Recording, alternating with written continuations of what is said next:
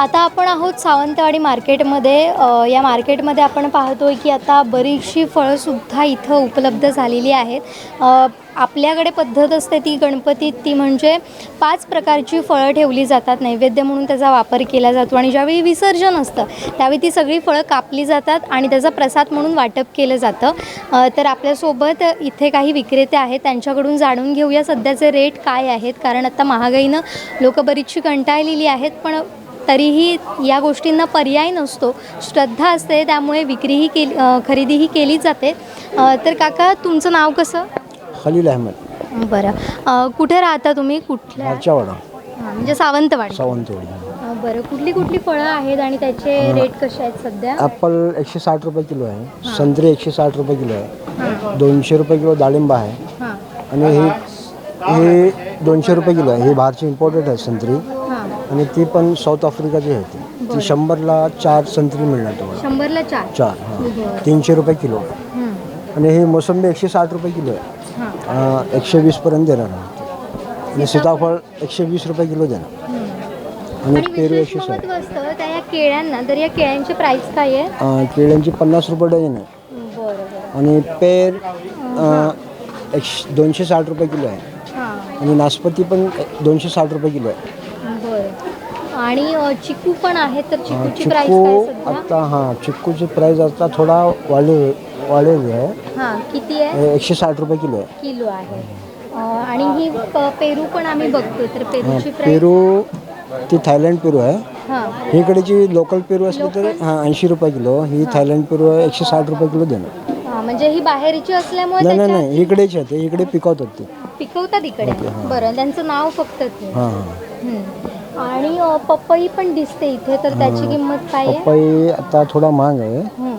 ते पपई शॉर्ट आहे आता, ते 60 रुपये किलो देणार आम्ही. बरं. नाही तर जास्ती पीक आली ना तर नगावरती 30 रुपये 20 रुपये तसं देणार. आता किलोवर 60 रुपये किलो देणार. आणि डाळिंब सुद्धा आहे, तर त्याची किंमत? डाळिंब पण शॉर्टेज आहे, 200 रुपये किलो आहे आता. बरं. जास्ती पीक आली ना तर 100 रुपये किलो पण आम्ही देतो आणि 80 रुपये पण देणार. म्हणजे मार्केटमध्येच सध्या डाळिंब कमी असल्यामुळे त्याच्या प्राईस वाढले. पण गेल्या वर्षीपेक्षा यावर्षी प्राईस वाढले आहेत का? महागाई आहे का? थोडा महाग आहे फळांमध्ये. गेल्या वर्षी म्हणजे आता प्राईस थोडा वाढलेला. तर कितीची महागाई झाली, म्हणजे कितीने रेट वाढलेले आपल्याला बघायला मिळाले? आता 70% वाढलेली. 70%. बरोबर. कसा प्रतिसाद आहे सध्या मार्केटमध्ये ग्राहकांचा? ग्राहक थोडा स्लो आहे, एकदम जोरदार नाही, स्लो ग्राहक आहे. फरक जाणवतो. आता किती वर्ष तुम्ही ह्या आम्ही ही मार्केटला ना 9 दुकाने होती. ते पैसे बसणार नाही म्हणा ती म्हणून सगळे सोडून गेलेले आहे. आम्ही एकटाच इकडे राहिलेले आहे फ्रूट मार्केट. तरी किती वर्षापूर्वी हे सगळं? 25 इयर्स इकडे आहे सर्व्हिस. धन्यवाद काका, तुम्ही दिलेल्या या माहितीसाठी. आपल्यासोबत आमच्या कोकण 7 लाईव्हच्या संपादिका देवयानी वरसकरसुद्धा आपल्यासोबत आहे. तर काहीसे रेट वाढलेले आहेत फळांचे सुद्धा. आपण फुलांचे पण रेट बघितले होते, ते सुद्धा 60% वाढले. इथे आपल्याला आणखीन काहीसा फरक जाणवतो आणि ते म्हणालेत की मार्केटसुद्धा थोडंसं स्लोज आहे आणि महागाई आहे. बरोबर. काय सांगाल? काय आहे, फळं जसं तू म्हणालीस की 5 फळांचा नैवेद्य गणपतीसमोर ठेवला जातो, त्यामुळे 5 फळं ही घेऊन जातातच लोक. म्हणजे किती ती महाग असली तरी 5 फळं घेऊन जातात.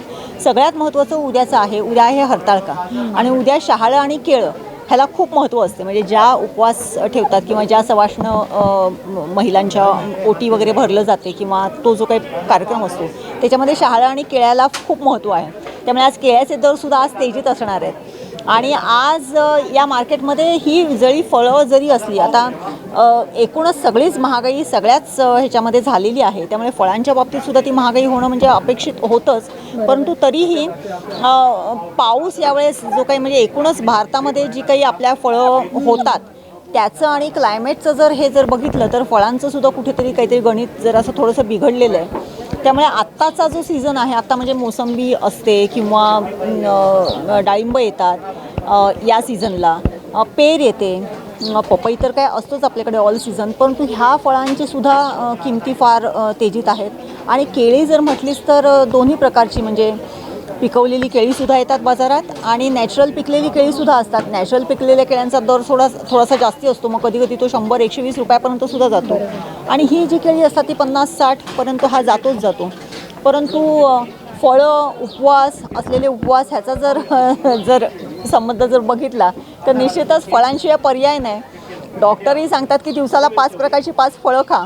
त्यामुळे आज फळं घेण्याकडे कल जास्ती वाढलेला आहे आणि महाग असली तरी घेतात फळं गरीब. बरं, त्यांनी असं सांगितलं होतं की डाळिंबाच्या आणि प्राईस वाढलेले आहेत किंवा रेट वाढलेले आहेत. त्याचं कारण ते असं म्हणतात की मार्केटमध्येच कमतरता आहे या सगळ्या गोष्टीची. अर्थातच निसर्गाच्या बदलांमुळे हा परिणाम आपल्याचा झाल्याचं कसं पाहायला आहे, डाळिंब पर्टिक्युलरली ना सांगोला वगैरे म्हणजे पंढरपूरच्या सोलापूर जिल्ह्यातल्या सांगोला वगैरे ह्या भागामध्ये पिकते.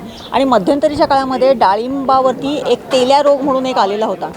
त्यामुळे डाळिंबाच्या बागा तिथल्या बागायतदारांनी अक्षरशः ती झाडं उपटून टाकली, कारण त्याच्यात एक डाग पडायचे आणि तो तेल्या रोगाने ते डाळिंबाची झाडं नष्ट झाली. त्यामुळे कारण नवीन लागवड पुन्हा केली त्याच्यानंतर त्याला डाळिंब येणं आणि नंतर ते बाजारामध्ये फळ येणं ह्याला थोडासा वेळ लागतो. त्यामुळे डाळिंबाचा निश्चितच दर कमी. आणि डाळिंब हे सगळ्यात जास्ती म्हणजे त्याच्यामध्ये अँटीऑक्सिडंट्स जास्ती असतात. त्यामुळे डाळिंब जरी सोलणं कठीण, त्याचे दाणे काढून ते खाणं कठीण, तरीही हेल्थॉलॉजिकली जर बघितलं तर डाळिंबाला खूप चांगला डिमांड असतो. त्यामुळे डाळिंबाचा दर तेजीत असणं आणि त्याची आवक कमी असल्यामुळे त्याला आणखीन थोडासा दर जास्ती मिळालेला आहे, हे कारण आहे. पण कधीही डाळिंब खाणं चांगलंच असते, त्यामुळे लोक घेतात. बरोबर. तर त्याचप्रमाणे आपण बघितलं तर सध्या फुलांप्रमाणे फळांचे दरसुद्धा वाढलेले आहेत. मात्र काकांनी मगाशी जसा उल्लेख केला की यावेळी मार्केट थोडंसं स्लो आहे, तर तशीच परिस्थिती इथे सुद्धा पाहायला मिळते. कॅमेरामॅन साहिल बागवेसह जुईली पांगम, कोकण साद लाईव्ह, सावंतवाडी. आमचे दिवसभरातले सर्व अपडेट्स, ताज्या घडामोडी आणि थेट लाईव्ह पाहण्यासाठी सबस्क्राईब करा, लाईक करा कोकणचं नंबर 1 महा चॅनल कोकण सात लाईव्हचं YouTube चॅनल.